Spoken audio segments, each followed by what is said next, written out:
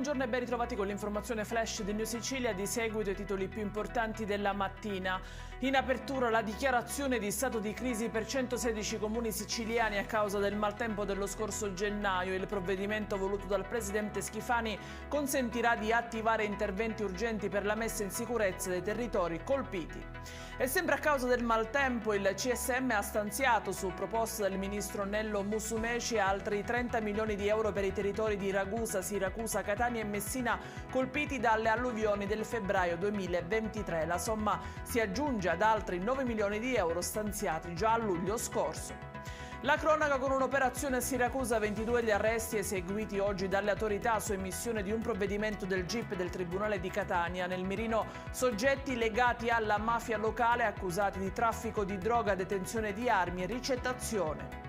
Durante i suoi 30 anni di latitanza, Matteo Messina Denaro si sarebbe sottoposto a 2 interventi chirurgici in Sicilia sotto falsa identità. Nessun medico sanitario ha però mai denunciato di aver avuto in cura il boss.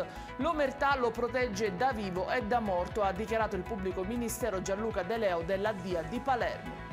E uno dei fedeli di Matteo Messina Denaro è stato arrestato in provincia di Varese. In casa Giovanni Abilone deteneva un arsenale. Secondo una maxi inchiesta ligure, l'uomo sarebbe un esponente mafioso legato al mandamento di Castelvetrano del boss.